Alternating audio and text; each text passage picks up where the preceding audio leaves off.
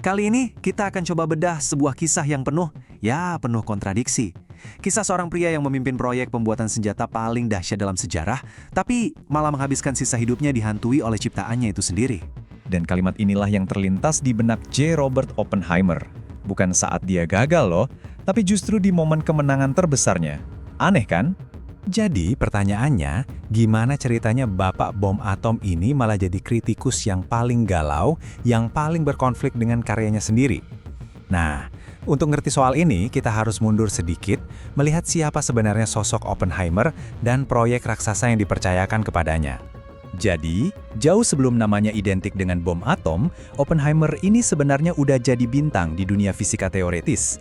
Dia itu jenius, brilian. Meskipun, ia kadang dianggap sedikit aneh atau eksentrik sama teman-temannya. Dan rekam jejaknya, wah jangan ditanya. Lulus dari Harvard, dapat PhD fisika di usia 23 tahun, risetnya macam-macam dari astronomi sampai fisika nuklir. Dia bahkan dinominasikan Nobel 3 kali, meskipun nggak pernah menang. Jadi soal kecerdasan jelas nggak ada yang meragukan. Tapi, nah ini tapinya, kehidupan pribadi dan pandangan politiknya inilah yang nantinya jadi bumerang buat dia. Coba bayangin ya, Oppenheimer ini punya simpati ke kelompok kiri, teman-temannya banyak yang anggota Partai Komunis. Secara logika, di masa itu dia seharusnya jadi orang yang paling dicurigai pemerintah. Tapi apa yang terjadi? Justru dia yang direkrut buat mimpin proyek Manhattan yang super rahasia. Dan di tahun 1943, dia resmi jadi direktur laboratorium Los Alamos. Tugasnya?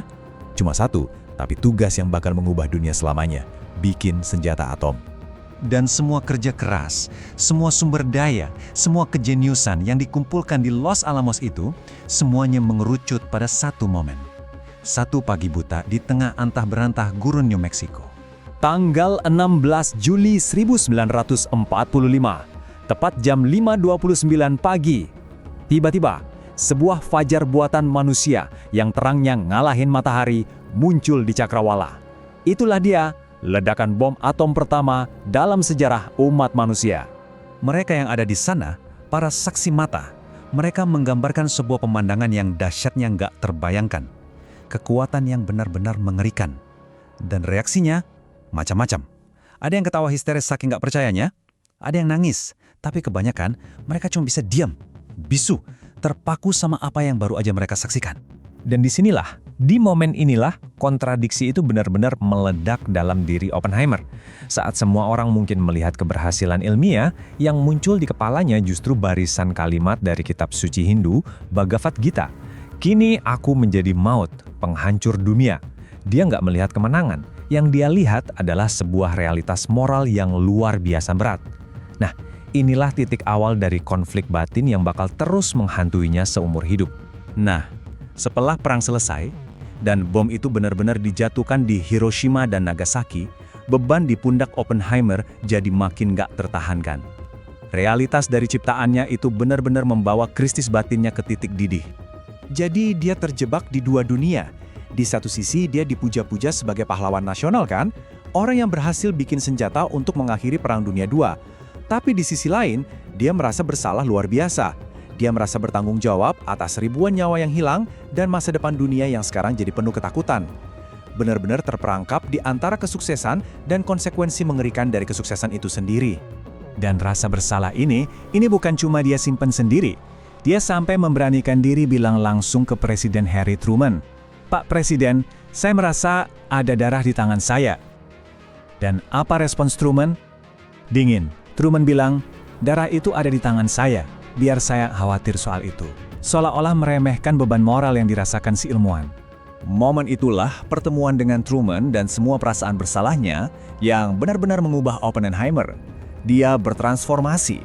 Dari seorang pembuat senjata, dia jadi salah satu orang yang paling getol menyuarakan perlunya kontrol internasional terhadap energi nuklir. Dia berbalik 180 derajat. Tapi ironisnya, justru perjuangannya melawan perlombaan senjata, perlombaan yang dia sendiri ikut mulai, malah jadi bumerang. Usahanya untuk mengendalikan teknologi nuklir, penentangannya terhadap pengembangan bom hidrogen yang lebih dahsyat lagi, semua itu bikin pemerintah curiga. Ujung-ujungnya, izin keamanannya dicabut di tahun 1954. Dia disingkirkan. Saat itu kan lagi era McCarthy ya, di mana paranoia anti-komunis lagi tinggi-tingginya. Masa lalunya diungkit-ungkit lagi. dia pun dicap sebagai risiko keamanan. Bayangin, orang yang mimpin proyek Manhattan sekarang dianggap berbahaya oleh pemerintah yang dulu dia layani. Bagi teman-teman ilmuwannya, Oppenheimer ini jadi kayak martir, korban dari politik berburu penyihir dan jadi simbol perjuangan untuk kebebasan berpikir di dunia akademik. Dan ya, setelah semua pengaruh politiknya dilucuti, Oppenheimer menghabiskan sisa hidupnya untuk merenung. Dia banyak berpikir dan bicara soal hubungan yang nggak bisa dipisahkan antara sains dan kemanusiaan. Pada akhirnya, dia menjadi semacam monumen hidup, sosok yang selamanya akan terikat dengan ciptaannya. Dia menjadi simbol dari sebuah kebenaran yang kadang kita lupa, bahwa setiap penemuan besar dalam sains itu datang sepaket dengan tanggung jawab moral yang luar biasa besar dan juga potensi bahaya yang nggak pernah kita bayangkan sebelumnya. Kisah hidup Oppenheimer ini pada akhirnya meninggalkan kita dengan sebuah pertanyaan besar yang mungkin nggak akan pernah ada jawaban pastinya. Dapatkah seorang pencipta, seorang penemu, benar-benar lepas tangan dari semua konsekuensi ciptaannya? Sebuah pertanyaan yang layak kita renungkan bersama.